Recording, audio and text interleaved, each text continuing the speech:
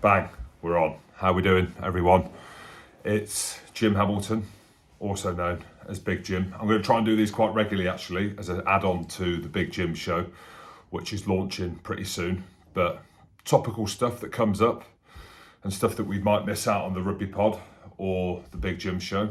And what's more topical than talking about my former team, Scotland, and where they're at. And the big question lies around, can they do anything this Six Nations? That's the question that I'm not here to answer, but I'm here to interact and for you guys to interact on the YouTube page around. A bit of lay of the land for Scotland. We finished fourth last Six Nations, joint third, and we only got 2 wins. The big one against England and the one that we were expected to win against Italy as well. But we finished fourth and it was a bit of doom and gloom, wasn't it? There was a big fallout. I don't know if you remember in the last game against Italy, the lads went out. Well, I say the lads, the main lads, Finn Russell, Stuart Hogg and Ali Price went out for a beer to celebrate Price's 50th cap. And then the fallout then happened, as we know. And if you think about other things that have happened since then, it's actually been good. There's been some good stuff. So the fallout happened and then Finn got brought back into the squad after the Australia game, which we lost by 1 point. So it's a bit of good, bit of bad. But we should have beaten Australia, really, if Blair Kinghorn had his kicking boots or had experience kicking in front of the sticks, which he hadn't in the lead up to that. So we'll let him off. But we lost by 1 point to Australia in the Autumn Nations series. We then went on to absolutely smoke Fiji, who were good, actually, in the first half, to be fair. But then things started to turn, didn't it? Let's go back to that New Zealand game, if everyone remembers the emotion in the lead up to that with the last pictures we saw of Doddy Weir and the emotion in the stadium. I mean, it was unbelievable, and I think it overwhelmed the lads, really. We went 14-0 down at the start of that game, and you're thinking, here we go, this is Jim Hamilton's era, it's going to be a 50-pointer. But actually, we went on to winning the game. We obviously didn't win, but we were winning 23-14. I've got my notes at the back here, until Jack Dempsey got yellow carded, and then it was all over, effectively. But the performance in that game, for me, showed enough fight, enough spirit. We saw the very best of Finn Russell. We saw Darcy Graham as well. He'd already lit up the international stage, but I think that game just showed again and showcased on the biggest stage against one of the best teams, if not the best team. I know they're not as good now, but they are. They're the best team in the world, really, historically. And Darcy Graham carved up in that game. And I know we didn't win, but I think we showed enough in that game to go on to beat Argentina, all 6 of them. At the end of the game, there's about 6 of them left. It's almost a non-starter, but 50 points on Argentina, a team that we don't struggle. We have good games against Argentina. Summer Tour, World Cup in 2007, World Cup in 2011, my time. So I think we're all right. But I think looking at where we are now as a squad going into the Six Nations, Glasgow, who would have thought? Doing better than Edinburgh in the URC under Franco Smith. He's managed to get the best out of the players, I think. I've been really impressed with how Glasgow have played, how he's gone about their business, and how the likes of Sione Tuipulotu, Hugh Jones, Richie Gray, George Horn, a number of players are playing incredibly well. Scottish players under Franco Smith. So Glasgow flying the flag in the URC for the Scottish teams, but Edinburgh not doing amazing in the URC. Some of their performances have been a bit up and down, but in the Champions Cup, they're flying. They beat Castra back-to-back. It was Castra's 4th team, but it's not an easy place to go and play. They've beaten them back-to-back and should have beaten Saracens. I say should have. They were very good against Saracens in that first game. And they look good. They look very good under Mike Blair. They've got a lot of injuries. Both teams have had a lot of injuries, but looking at the lay of the land, I think we're in a decent place. I just mentioned the Autumn Nations series there with some of the results, and the fact that now Edinburgh have qualified for the last 16 of Europe with a game to spare says to me that we're in a decent spot. The negatives, some injuries, some big injuries as well. The headline one is Darcy Graham. I just spoke about him then. he's a big, big loss because of how well he's been playing. He is like our Cheslin Colby of Scotland. He's the one that can do anything. He's the one that sets the stadiums alight. And I was buzzing to see him play this Six Nations. We're not going to see him maybe to the end of the tournament from what I'm hearing, but it's touch and go for him. Rory Darge as well, if you remember him, last Six Nations, burst onto the scene. Massive fan of his. Picked up a nasty ankle injury whilst Jacqueline playing for Glasgow. Was it this season?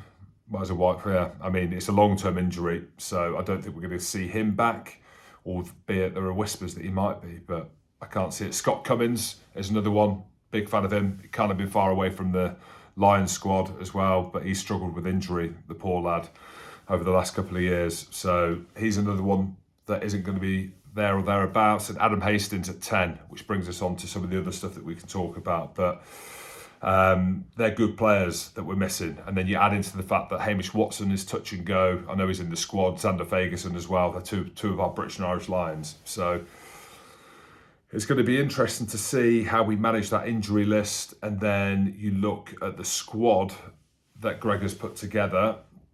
You can understand a lot of it. There's no real huge omissions. I would have liked to have seen Ben Bellicott get an opportunity. A big fan of his as well. But outside of that, I think it's probably as is.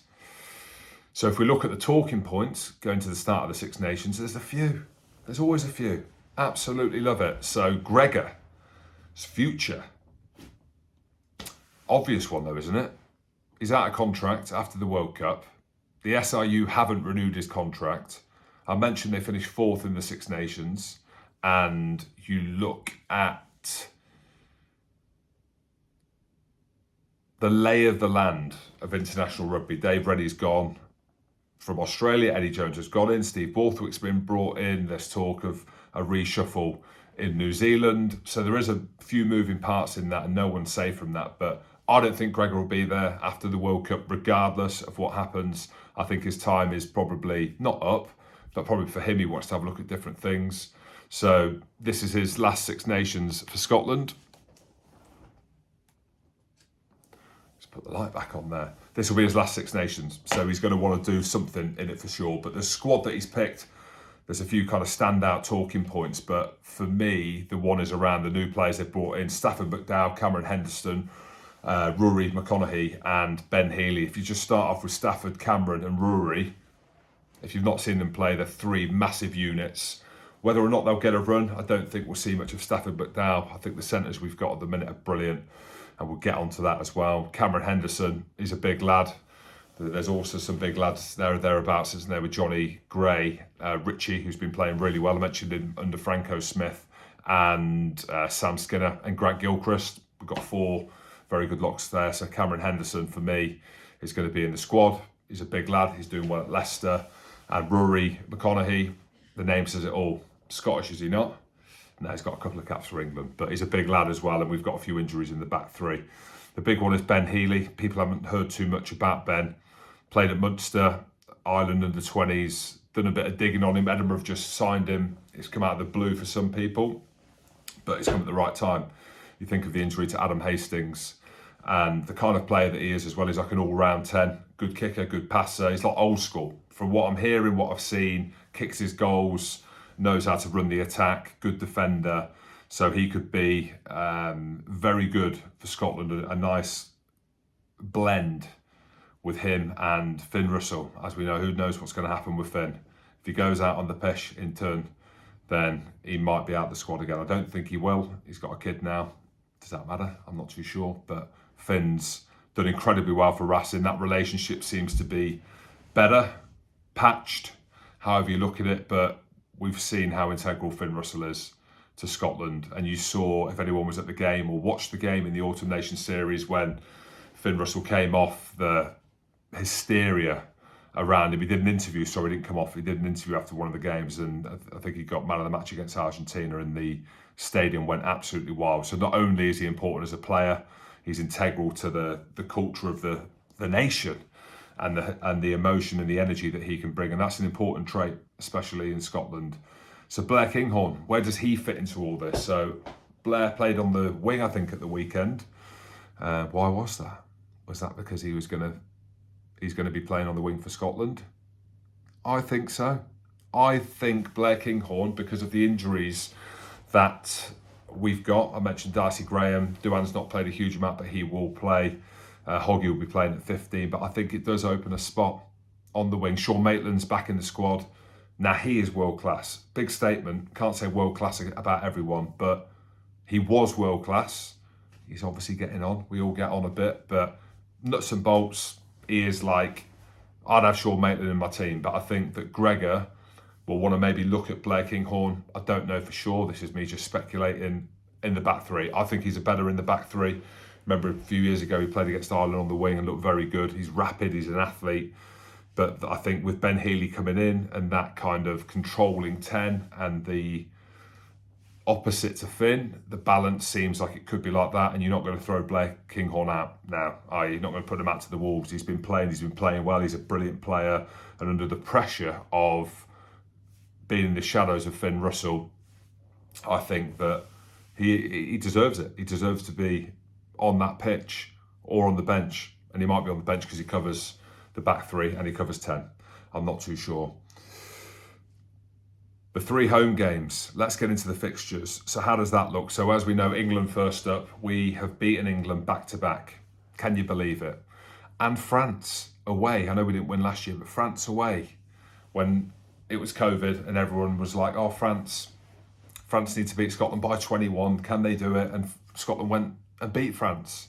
So we've got them as our 2 away games, and that brings us to the 3 home games, which we always look forward to because it's our chance. It gives us a chance. So we've got Wales, Ireland, and Italy last. So I'm just interested to see what people think is going to be a successful Six Nations. You look at the quality of the teams, England rebuilding under Steve Borthwick. Now they should always be good. They're hurting. I interviewed Billy Vunipola and he said the big one for a lot of them players is the Scotland game because of all the peacocking after and the fact that they've lost back-to-back games. So I interviewed Billy Vunipola. That's out on Monday on the Big Jim Show, so you should look out for that if you want. You might think this is shit and be like, I'm not interested. And that's fine as well. Ireland, unbelievable. Andy Farrell, been commentating on Leinster, been watching them. They look unbeatable and they are a banana skin, a bogey team for Scotland. But we've got them at home. We've also got them in the World Cup. So we've got to show something because every time we play against Ireland, we just get hammered. So we need to show our hand in that game, the fact that it's at home. Wales, they're a team again that we've struggled with. Just physically big, and the fact that Warren Gatland's back. Does he respect Scotland? Why would he? Why would he? So Wales at home. Out of them two, I think Wales is the winnable one. Wales are a team in transition, regardless of what anyone says. They've changed the captain. Ken Owens is now captain. Dan Biggar playing over in Toulon. Big fan of his. But they've got an ageing squad, like the likes of mentioned Ken Owens, Dan Biggar, Falatau, Alan Wynne-Jones is in the squad still, but they've got some quality coming through now as well. Jack Morgan in the back row, brilliant player. Tipperick, one of the best players in the world, has been carving up. But Wales have been a team that we've struggled against. But if it's not now, then when? And then the France game's going to be tough. Like I said, they are the Grand Slam Six Nations champions, World Cup a few months down the line. And I think we'll struggle to beat France out there. But the one that could be worrying is Italy. And how bad is that? We shouldn't be saying that the worrying one is Italy, but they're good now. We beat them last year. They are a team that we beat regularly now, but they are coming good. Their 2 teams are doing well. I say well. Zebra have got, I think, 1 win this year, but Benetton are doing really well. Well coached. They've got some young players coming through. Ange Capuzzo, who is a worldie of a player, and I like the look of Italy, but not against us. So it brings me back. What does it look like for us going forward for this Six Nations? What is the realistic ambition? I think we need to be beating Wales, showing our hand against Ireland and Italy. And if we don't beat Ireland, we need another win. We need that England win in that first game, or we need to go over to France, which I think we could struggle, but do they respect us? We've got to go one better. We've got to win more than 2 games. That's what success looks like. Not necessarily in the Championship. I don't think we're good enough to win 6 Nations. We shouldn't be when you look at the other teams like France, like Ireland, the quality of England. But we should be beating Wales. We should be beating Italy. And another win off the back of that, I'll be happy with. Let us know your thoughts. Subscribe, comment, and all that bloody palaver, because that is how this page will grow. And we'll do another one soon. Take it easy.